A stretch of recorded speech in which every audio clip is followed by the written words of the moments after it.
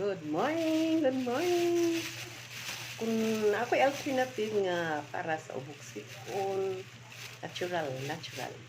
Made in chididing, iba or kamyas. Gagawa ka ng sirap para sa ubo, sipon at hilanat. Ito lang gagawin mo. 3 kamyas, then blenderizer. Ito, blenderizer. Dito mo ipasok yung kamyas at saka yung juice niya pupunta dito. What to do is you have to get first this one. Yung dulo at saka dito. Kunin mo. Then, ito kunin mo siya.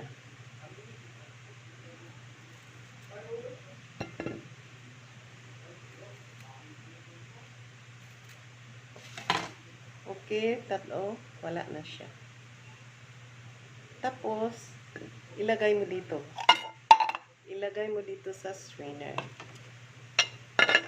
Itong kamyas, 3. 1, 2,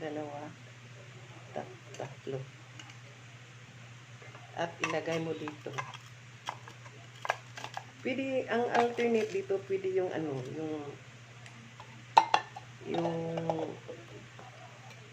mortal and pestle, yung mortal and pestle. Pwede nyo sa mortal and pestle.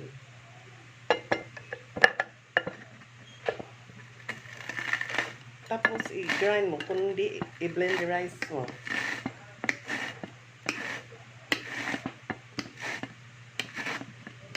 Bali, i-extract mo ang juice nito. I-extract mo pagkatapos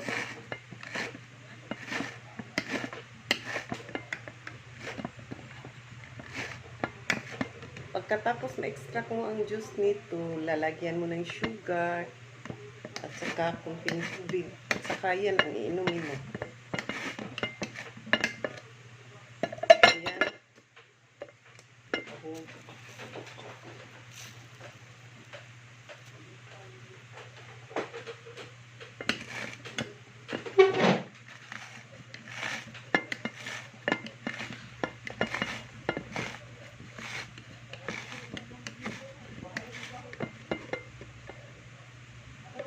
Tingnan mo.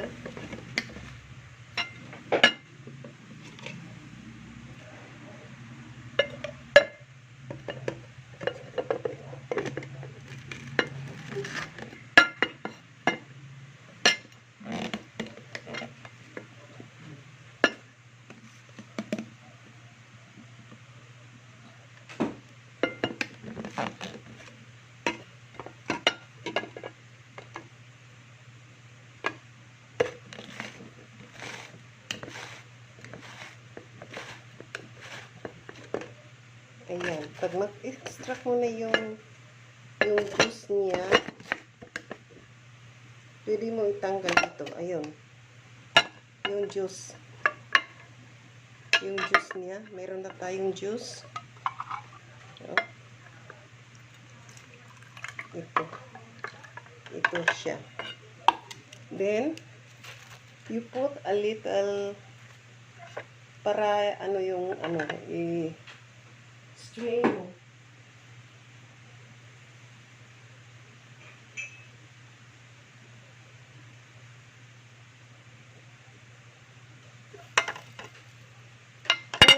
Yung mortal at pestle yung gagamitin mo, pag na-extract mo na yung juice, i-strain mo.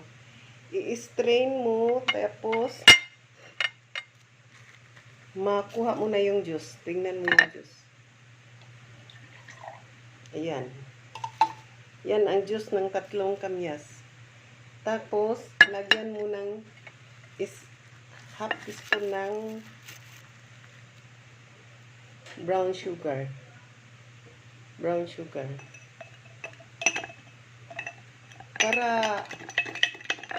Para hindi masyadong maasim, lagyan mo siya din ng kunting tubig.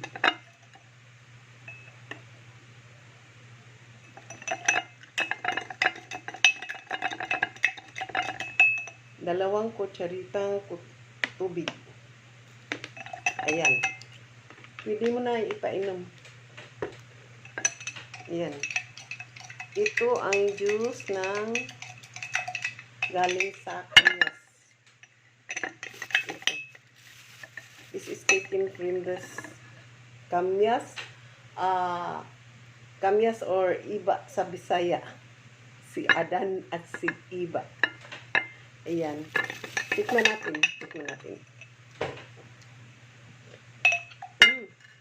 Sarap. Sarap. Ipainom nyo na sa may ubo at sipon para mawala na yung ubo, sipon at kailan. Bye-bye! God bless!